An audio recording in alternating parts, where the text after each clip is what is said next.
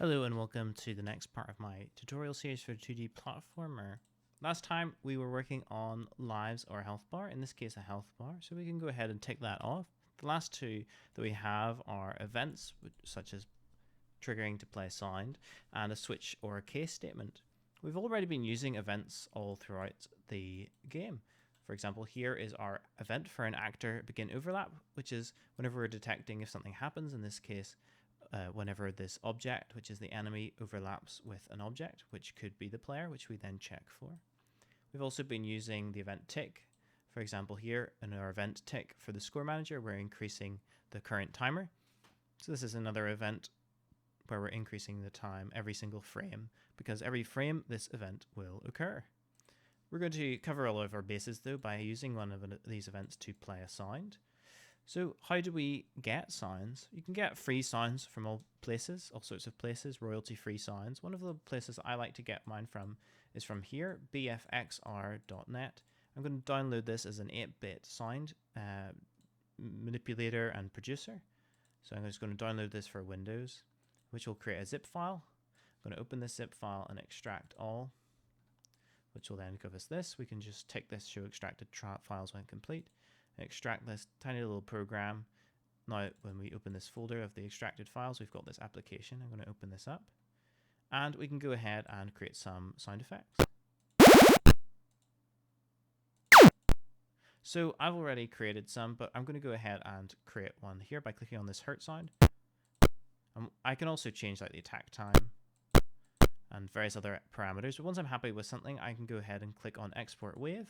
This is going to trigger me to export something, so I'm going to have to save. The one little wrinkle in this program is that if you change the name of what you're exporting while you're exporting it, it then causes corruption files problems. So just don't do that. Just click on the save, and you can then rename it once you've got it in your downloads here. So I can rename this.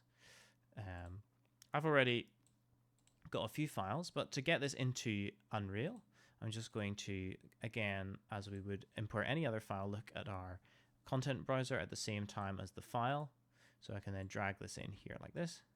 Now we've got our sound effect in Unreal, along with a few other that I already have. So how do we trigger a sound occurring? Well, it's quite simple. We just call a node. I'm going to go find where my player character jumps. So here I've got my 2D side scroll. I'm going to open this up and I'm going to find where my jump movement is. I think it might be somewhere in here. Let me see if I can find it. Handle the jump, here it is here. So whenever we jump, I'm going to go ahead and also cause a sound to play. So I'm going to go sound play, I think it is, and we'll do the 2D version as well. And we can just go ahead and select our asset. In this case, I've got one for jumping, I think, that I imported, and you could make one yourself from here to play. I'm going to go ahead and compile this and play the game. And now every time I jump, I can now hear my sound effect. So that's that ticked off as well.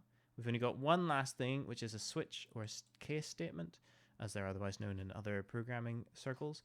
So I'm going to go ahead and open up the code for the enemy to create something a little bit more complex to determine whether or not a particular sound effect should play. Whenever we take damage and we don't die, we're going to play a sound effect, but we're going to play that sound effect based on a switch on int. So we have an integer, which will be the selection, and multiple pins. I'm going to add 3 pins for 3 different sound effects. So this first one will be to play the sound effect, play sound 2D, and we'll play one particular hit sound, hit hurt 13, for example. We'll drag this out for hit hurt. Actually, let's just duplicate Control C, Control V, our play sound. Control C, Control V, our play sound, and then connect these up to each one. So we're basically going to play a sound effect, though that will be number 14 that I have one here, and hit hurt. Now keep in mind, these are just the names of the ones of the sound effects that I've made and then imported in, so you'll have to do that yourself. These are different sound effects that I've made a bit randomly, but you can of course make them to fit the design. The idea is that I will play a different sound effect here based on a number. which is an integer at the moment, either 0, 1, or 2, will play one of these 3 different sound effects. And we'll calculate what that number should be based on what current remaining health we have. This is a bit of a strange way of doing things, but it will demonstrate how a switch statement works, and therefore be the last thing to tick off in our list of stuff we need for our game. So the first thing that we're going to do here is we're going to drag off our false statement here and create a new branch to determine the value of something. And the if statement that we'll be asking is the target life greater than a certain value? So in this case, I've already got my life value here, so I'm going to drag this out, and then I'm going to do a greater than, and we're going to do a float is greater than. We'll connect this up here. So is the float greater than 0.6? So that basically means, have we got, quite a lot of hit points left? So if that's true, I'm going to set a value, and we'll use a value to determine this switch statement as well. So I'm going to right click on this and promote it to a variable, and we can use this as hurt sound. I've already got one here from earlier, so I'll delete that. So we've got hurt sound as the variable that we'll be using. So that means that if this is true, we're going to first set hurt sound before we then use our switch statement. Let's give this a little bit of room. Okay, there we go. And we'll set this to 0, so that's fine. But if this isn't true, we'll do another branch statement to check, okay, if it's not greater than 0.6, what if it was greater than a different number? Like, what if it was greater than 0.2? Surely it must be greater than 0.2. And then if it is, then we play the other sign. So we're going to set this to 1, which will then play the other sign in our case statement. And okay, if none of that's true, which means it's even smaller, it's not greater than 0.2, we will set it. So I'll duplicate this. We'll set the value to 2. And then, of course, we'll go back to our switch. So basically, depending on the health of our character, we will set this value to 1, 0, 1, or 2.